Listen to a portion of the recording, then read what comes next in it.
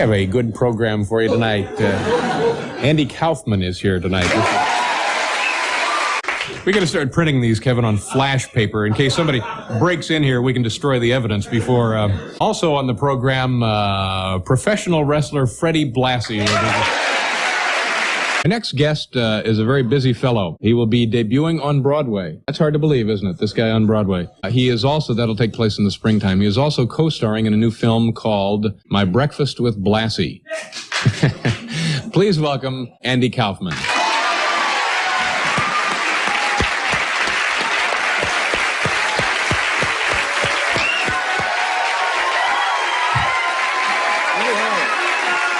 Andy, you have something in your, what have you brought out here? Kleenex. Kleenex? And why is that exactly? Because I'm just getting over a cold. Yeah. Everybody that I know in New York is presently not feeling well. Mm-hmm. And you have a little, some sort of... Someone gave this to me as a present. They put it in the box, so I never throw out presents, so I keep it in. Yeah. Yeah, well, this will last a lifetime. You'll want to hang on to that.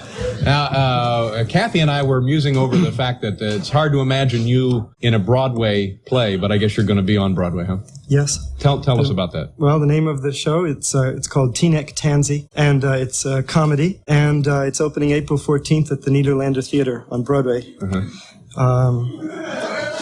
It's on Broadway. Is this a legitimate thing? Oh, yeah, it's a legitimate Broadway show. Yeah. No wrestling in this? Actually, I'd rather, it's hard to, no, I don't know. You can't talk about it. I'd rather not give any of it away yet. But you're serious, it will be a Broadway play. Okay. But it's a comedy, and it's a very enjoyable. You're going to be the star of it? Well, I'm in it. You're in it, okay. I'm in it. Now, let's move on to this other project, your film with Freddie Blassie, My Breakfast with Blassie. What is that? That's a film, it was inspired by a film called My Dinner with Andre. It's where two men eating dinner in a restaurant, a French restaurant. So this is a film about myself and Fred Blassie eating breakfast in Sambo's in Los Angeles. And how did you meet Freddie Blassie to begin with? Well, I've been a fan of his for many, many years. I used to watch him. He used to be a world champion wrestler, and now he's a manager of wrestlers. Mm-hmm. And I was watching him for many years in Madison Square Garden and on television and on the wrestling shows. I was a big fan of his, so I met him very briefly, but then I was approached by his manager or management, and they said they wanted to make this film called Breakfast with Blassie and asked me if I was interested. I said, well, yeah, and that meant that I would get to meet him, and talk with him, and it was a real great thrill to do that. Now, again, is this a real film, or is this something you show at parties at your house? Oh, no. No, this is a film that's going to be available very, very soon in video cassettes in the stores, and it's going to be shown, from what I've been told by the producers, they're going to be showing it in midnight movies in revival houses. What about airplanes? Would we see this on airplanes, for example? I don't know. I just know that the producers are trying to, they told me that it's going to be sold into revival houses, and it's a cult film, they said. It's a cult film. Well, that's good. And it's going to be on cable TV. All right. Now, we have a sampling of My Breakfast with Blassie. We're going to take a look at that now. You need to say anything about this, or should we just... Yes, this is a clip from when Fred Blassie and I walk in, we first sit down to order. First going into Sambo's in Los Angeles. All right, we'll take a look at this. Watch the monitors here in the studio. Here.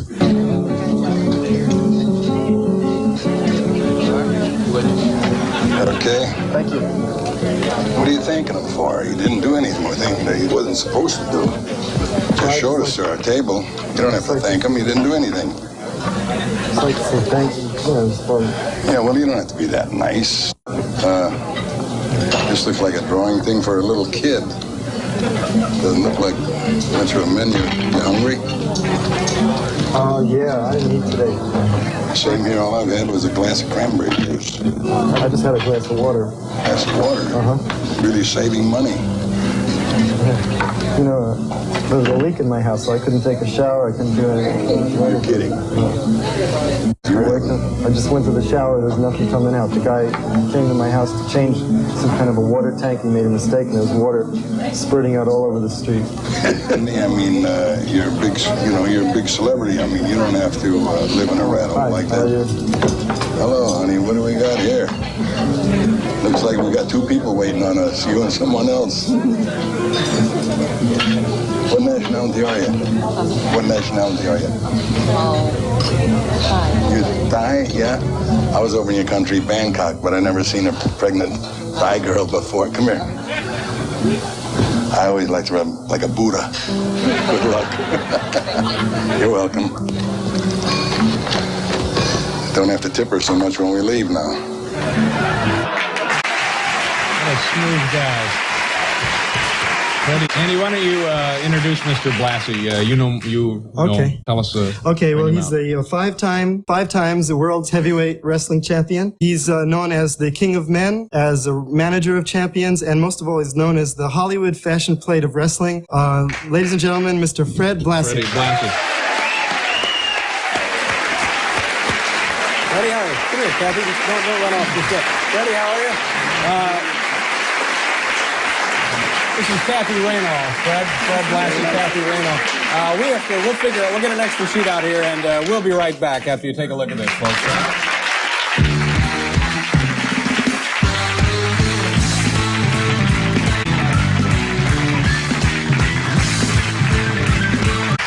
Hi there. Welcome back to the program, ladies and gentlemen.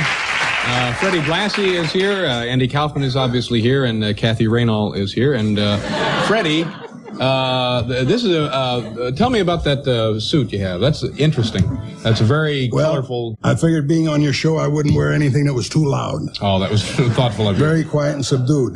But I have about 35 different outfits that I wear in the Madison Square Garden, Philadelphia Arena, Boston Gardens, and wherever I appear, I never wear the same outfit twice. Okay. Now, let me ask you this. What did you think of Andy's wrestling ability when he was active in the ring? We can talk about something nicer. I told Andy when he started wrestling, he should stick with women because he's not qualified to wrestle men. Yeah. And he proved that by getting his neck hurt. But when you were wrestling, Freddie, you were a pretty brutal guy. We have some photographs here of you in action now. Yeah. Now, what is this? That's a wrestler there. I used to file my teeth. In fact, I was the only wrestler that ever did that. I had my teeth capped, and I'd file them. They were razor sharp. Why did you want your teeth razor sharp, Freddie? So I could bite the guys. And as you can see, but that's not real blood, is it? That's real blood. This is stage blood or something. No, stage blood. That's something I've never seen before. But look at you. You don't have a mark on you. Well, that's because I used to dish it out before they could. I admit I'm good looking and handsome. God's gift to women. Now this says 48 stitches. What does that mean? Is that the guy? 48 stitches. That's right. That was Don Carson out in Los Angeles. All right, and here now this and that is not, Black Gordman. He was the heavyweight champion of Mexico. Oh, now this is That's right. No, this is just a little showbiz. This is a little razzle dazzle here, isn't it, Freddie? Now let me say. Now, if you want me to do the same thing you, I can do it right here on TV. Oh no.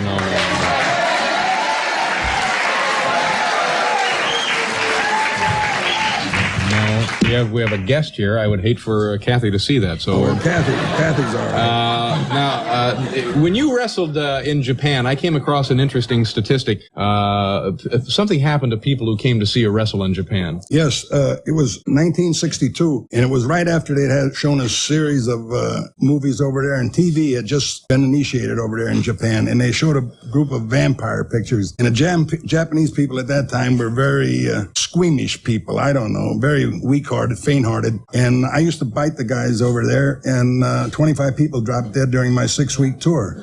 No, again, wait a minute, Freddie. 25 people actually stopped breathing, that's dead, right. History, ghosts, that's vapor. Right. They were sitting in their chair, and the people, they thought they were sleeping, and went over and touched them, and as they touched them, they keeled over. They were dead. D-E-A-D with a capital D. Do you believe this, Kathy? Well, I'll tell you. Wait, just a minute, Freddie.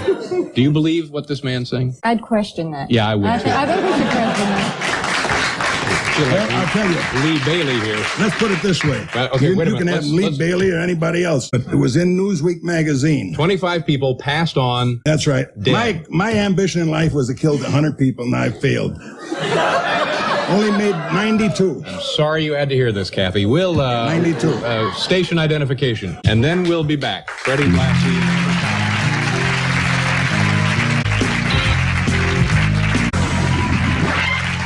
Welcome back to the program, ladies and gentlemen. Freddie, what are you and Andy? Now you've been in a film together. You're not going to be in the play with Andy, are you? No. Yeah. What do you have? Any future projects we could look forward to? You tell him, Andy. Well, we're going to be remaking Sons of the Desert. It's an old Laurel and Hardy movie, and This guy laughs at everything you say. and we haven't started shooting yet, but we've started rehearsing. Rehearsing you and a recreation of the famous team of Laurel and Hardy. That's right. Yeah. What could you do a little? You've something got us into a fine mess again, you pencil neck geek.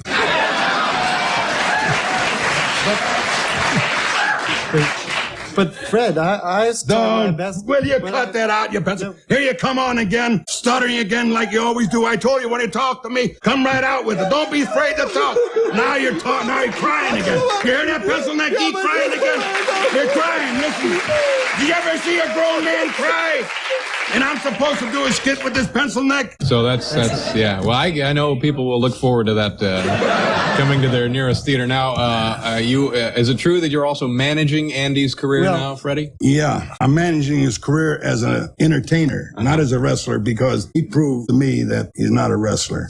So But as an entertainer, he's great. He can out-sing Bing Crosby, Perry Como, Elvis Presley. And dance, he makes Fred Astaire look like he's got two left feet. Keep quiet, I'm talking about you now. I'm handling you, and I only handle the best. I've got Big John Studd, Crippler Stevens, and I've got Ivan Koloff, nothing but the best. And now I'm handling you. Now you've got the finest. Will you keep quiet? I'm not bragging, I'm telling the truth. Why don't you get over there and show the people how you can sing? I'm sure that...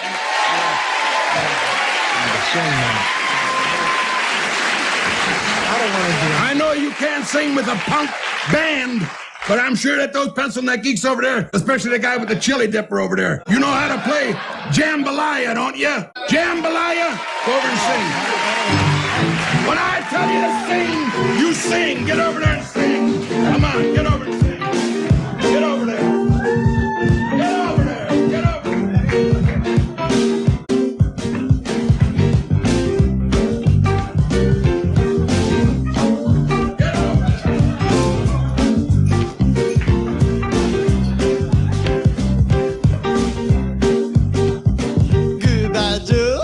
Gotta go, goodbye, oh. We gotta go, down the bayou. The sweetest word, the Ohio. Some of the girls come and be fun on the bayou. I come from the island, I come this town, let it go low. I come tonight, I'm gonna see my baby.